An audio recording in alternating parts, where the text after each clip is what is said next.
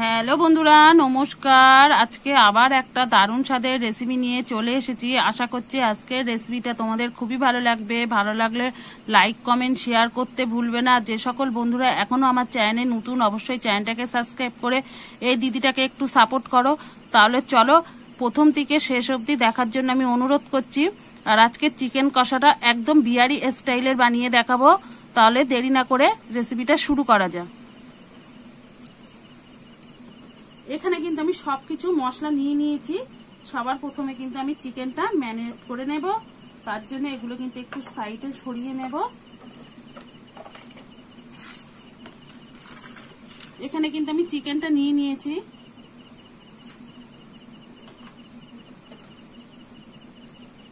দিয়ে দেবো একটু হলুদ গুঁড়ো,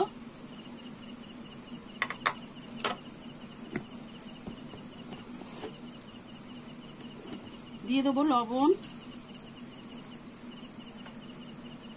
দিয়ে দেবো ধনেপাতা, দিয়ে কিন্তু আমি এবারও দিয়ে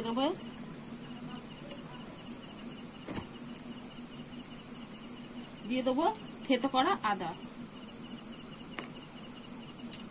থেতো করা রসুন দিয়ে কিন্তু আমি ভালো করে মেখে নেব।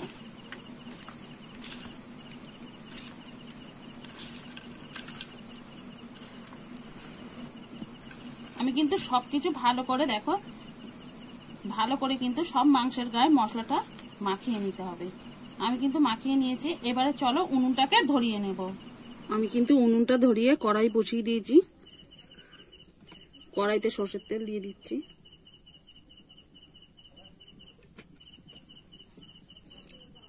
তেলটা কিন্তু গরম হয়ে গেছে। এবার একটু নেড়ে নেব।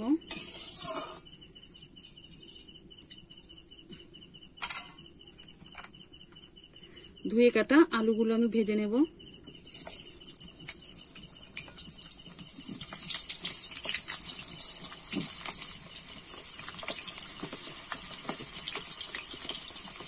একটু লবণ দিয়ে দেব,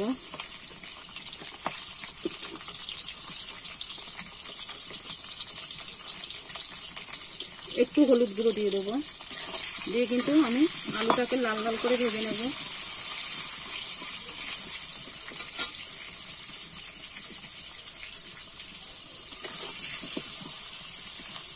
আর আমি কিন্তু এগুলো গোটা আলু দিয়েছি, ছোট ছোট দেখে বুঝতে পারছো, ছোট ছোট গোটা আলু। আমি কিন্তু আলুটা লাল লাল করে ভেজে নিয়েছি। এবারে তুলে নেব।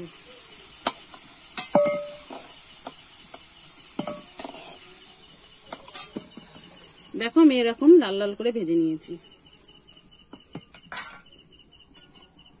ওই তেলেতেই কিন্তু দেখো আমি ফোড়ন দিয়ে দেবো। দালচিনি, লবঙ্গ, এলাচ, শুকনো গোটা লঙ্কা আর জিরে।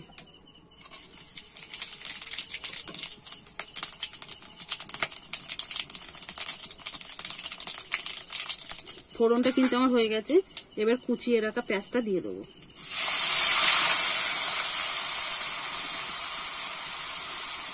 পেঁয়াজটা একটু নেড়ে চেড়ে ভেজে নেব।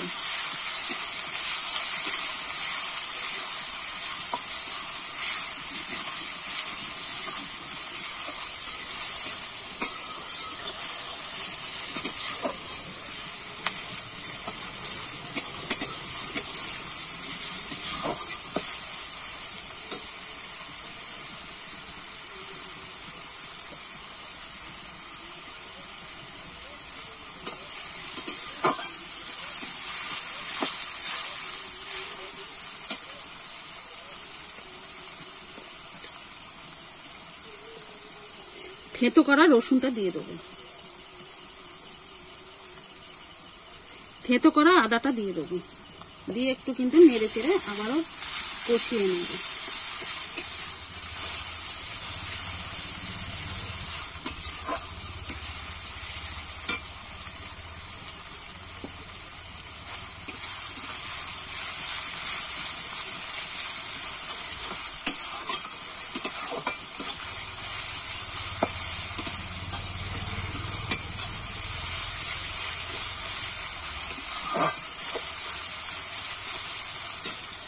আমি কিছুক্ষণ কিন্তু নেড়ে চেড়ে কষিয়ে নিয়েছি। এবারে কেটে রাখা টমেটোটা দিয়ে দেবো।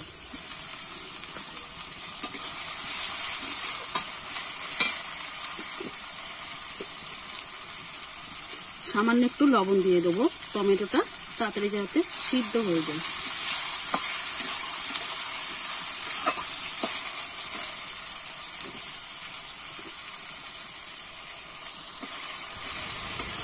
টমেটোটা দেখো অনেকটাই কিন্তু গলে গেছে। এবারে আমি শুকনো মশলাগুলো দিয়ে দেবো। এখানে আছে জিরে গুঁড়ো, ধনে গুঁড়ো, লঙ্কা গুঁড়ো আর হলুদ গুঁড়ো। এগুলো আমি সব একসঙ্গে কিন্তু দিয়ে দেবো।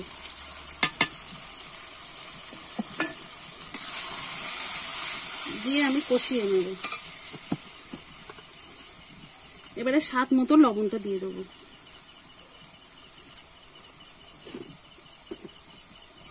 এবারে কিন্তু আমি ভালো করে যতক্ষণ না মশলা থেকে তেল ছাড়বে ততক্ষণে এইভাবে কষতে থাকবো। দেখো আমি কিন্তু ভালো করে মশলাটা কষিয়ে নিয়েছি, মশলা থেকে কিন্তু তেলটা ছেড়ে দিচ্ছে।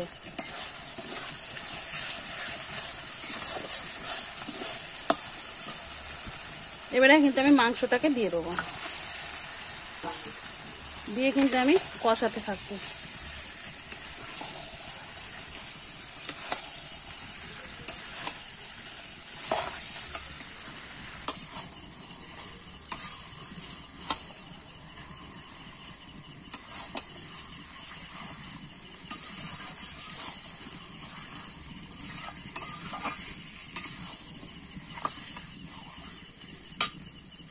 আর মাংসটা কিন্তু আমি ঢাকা দিয়ে দিয়ে কষাবো, তাহলে কিন্তু মাংসটা খেতে ভালো বেশি লাগবে, টেস্ট।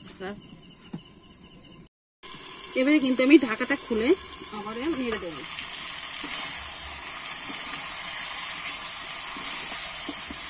দেখো তো কালারটা কত সুন্দর এসেছে। এইভাবে কিন্তু আবারও আমি ঢেকে দেবো।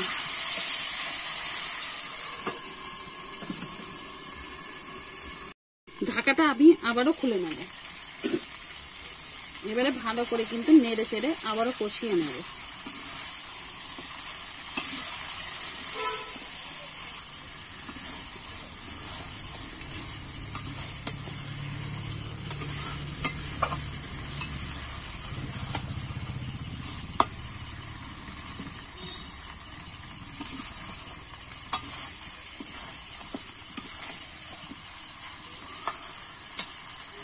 এবারে ভেজে রাখা আলুটা আমি দিয়ে দেবো, দিয়ে কিন্তু ভালো করে আরেকটু কষিয়ে নেব। আমি কিন্তু বেশ কিছুক্ষণ ধরে কষিয়ে নিয়েছি, আর দেখো কালারটা কিন্তু খুবই অসাধারণ এসেছে। আর তোমরা যদি গোটা রসুন খেতে চাও কষানোর সময় কিন্তু দিয়ে দিতে পারো। আমি আর কষাবো না, এবারে কিন্তু জল দিয়ে দেবো। পরিমাণ মতো জলটা আমি দিয়ে দিচ্ছি।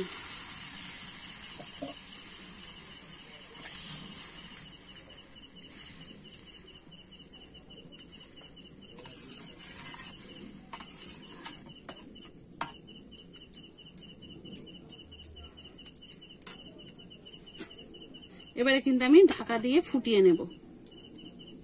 ঢাকনাটা কিন্তু খুলে দেখে নেব।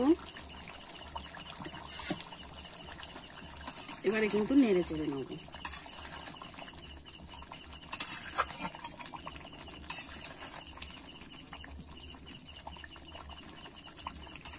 আলুটা কিন্তু সিদ্ধ হয়ে গেছে ভালোভাবে।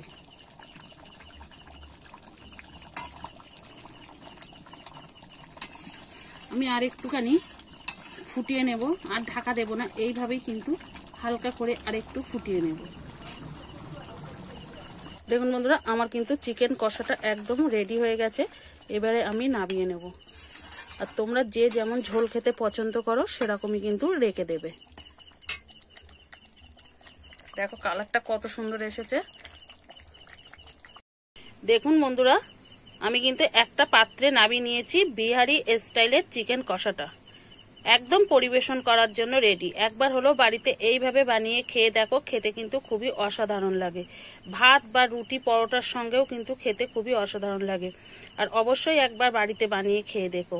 আর বাড়িতে বানিয়ে খেলে কেমন লেগেছে অবশ্যই কমেন্ট করে জানিও। তাহলে কিন্তু আজকের মতো এখানেই রেসিপিটা শেষ করছি। আবার নতুন কোনো রেসিপির সঙ্গে দেখা হবে। ততক্ষণে ভালো থেকো, সুস্থ থেকো, সাবধানে থেকো। আর অবশ্যই বাড়িতে একবার বানিয়ে খেয়ে দেখো।